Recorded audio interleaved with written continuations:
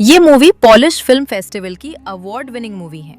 इस मूवी में एक मदर और एक सैन के रिलेशनशिप को बखूबी उजागर किया गया है। अपने मॉम की उटपटांग हरकतों की वजह से एक बच्चा किस तरह से उस माहौल में अपने आप को संभालने की कोशिश करता है, देखेंगे हम। इस मूवी में पोलैंड के एक गांव में एक मॉम और उसका बेटा पैट्रिक रहते हैं। इस गांव की पॉपुलेशन बहुत ही कम है, लेकिन ये टूरिस्ट स्पॉट है।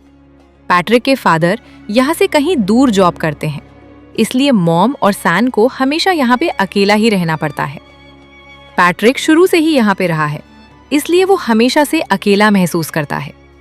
पैट्रिक के लिए उसकी दुनिया सिर्फ और सिर्फ उसकी मैन ही है। वो अपनी मदर के साथ ही हमेशा खेलता है, वो अपनी मदर के साथ ही साइकिलिंग करता है, वो अपनी मदर के साथ ही हमेशा स्विमिंग करता है, लेक के पास जाता है, गेम खेलता है। उसका कोई और फ्रेंड है ही नहीं। उसकी सारी दुनिया उसकी मामी है। वो अपनी मॉम के साथ अपने गांव के पास चलने वाली ट्रेन के साथ रेस भी लगता है, और ये उनका डेली का रूटीन है। पैट्रिक की दुनिया जैसे उसकी मॉम ही है। पैट्रिक की सारी दुनिया उसके मॉम के इर्द गिर्द ही घूमती है। पैट्रिक और उसकी मॉम का रिलेशन ठीक वैसा ही है जैसा हर किसी बच्चे का अपनी मैन के साथ होता है। वात्सल्य से भरा और प्यार से भरपूर इस रिलेशनशिप में किसी और की कोई जगह नहीं थी। लेकिन पैट्रिक की जिंदगी में खलबली तब मच गई जब इस गांव में आसपास के सभी लोग समर वेकेशंस की वजह से अपने बच्चों को लेकर पिकनिक मनाने लगे और अपना समर वेकेशन व्यतीत करने के लिए यहाँ पर रुकने लगे। पैट्रिक तो किसी से भी क्लोज यहाँ पर हो ही नहीं पाया, क्योंकि वो शुरू से ही अकेला रहा था। उसको किसी से फ्रेंडशिप करने में भी बहुत प्रॉब्लम होती है। लेकिन वो देखता है कि उसकी मैन अब रात को रोज घर से बाहर जाने लगी हैं। पैट्रिक ने शुरुआत में सब चीजों से कोई रिएक्ट नहीं। पैट्रिक की मॉम को रोज शाम को एक कॉल आता और वो पैट्रिक को घर में अकेला छोड़ के ही चली जाए। पैट्रिक काफी देर तक इंतजार करता। कभी उसकी मॉम रात को घर लौटती नहीं थी और कभी देर रात को लौटती थी।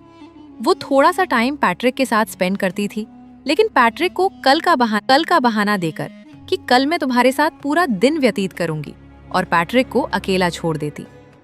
धीरे धीरे पैट्रिक अकेलेपन की वजह से एंजाइटी और डिप्रेशन का शिकार होने लगा। वो अपने अकेलेपन से कोप अप नहीं कर पा रहा था, क्योंकि उसके कोई फ्रेंड भी नहीं थी। अगले दिन वो देखता है कि उसके पड़ोस में कोई नई लड़की आई है, जो शायद अपना समर वेकेशन यहाँ बिताने के लिए पास में रहने लगी है। पैट्रिक उस लड़की से दोस्ती करने की कोशिश करता है, लेकिन टिपिकल टीनेजर की तरह वो लड़की उसको कोई रिस्पॉन्स नहीं देती है।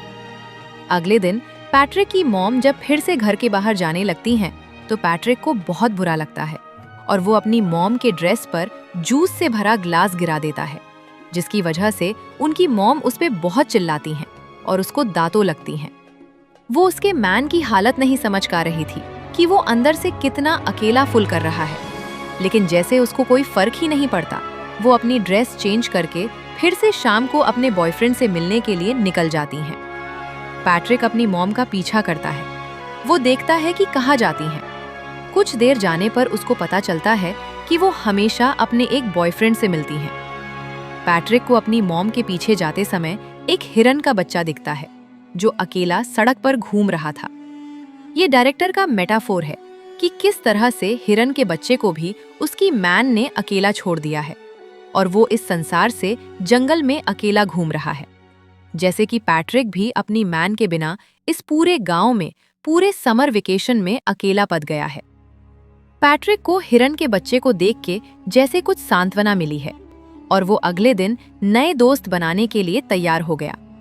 वो पास में आई लड़की माइका से बात करने लगा और थोड़ी देर एक दूसरे से बात करने के बाद में वो दोनों एक दूसरे के दोस्त बन गए।